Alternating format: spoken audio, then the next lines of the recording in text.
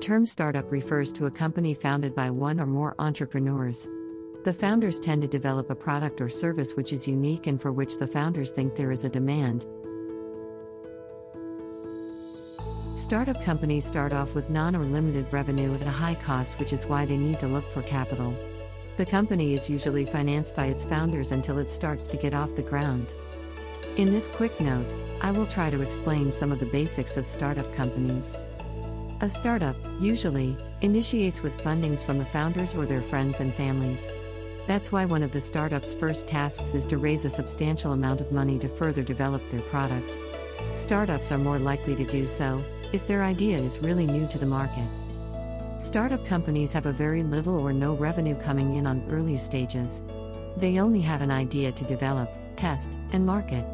In order to do that, they require funding sources such as small business loans from banks or credit union, government-sponsored loans which may be different in different countries, the so-called incubators, associated with business schools and other nonprofits, provide mentoring, office space, and seed funding to startups, and angel investors who seek to provide capital for promising startups.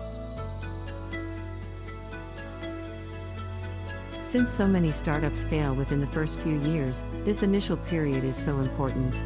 Founders need to create a business model and a business plan, hire key personnel, work out the details such as equity stakes for partners and investors, and have everything planned for the long run.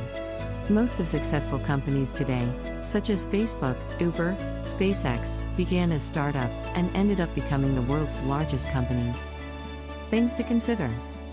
There are a few special factors should be considered to kick off your startup company. The first and foremost is location. You need to decide whether the company you intend to start is conducted online, in an office or home office, or in a physical store. The location of your company depends on the product or service you offer. For example, a technology startup selling hardware may need a physical store for customers to have an idea about the products they are selling. Next thing to consider is the legal structure of your startup company. Your startup needs to figure out what legal structure best fits your existence. Partnerships are a viable legal structure for businesses that consist of several people who have joint ownership, and they're also fairly straightforward to establish. Personal liability can be reduced by registering a startup as a limited liability company, LLC. Another important factor is funding. One way startups use to raise funds is by turning to family and friends or using venture capitalists, a group of professional investors that specialize in funding startups. Also, startups can use credit to begin their operations. This option, though, carries the most risk if the startup is unsuccessful. A perfect credit can help the founders fund their company.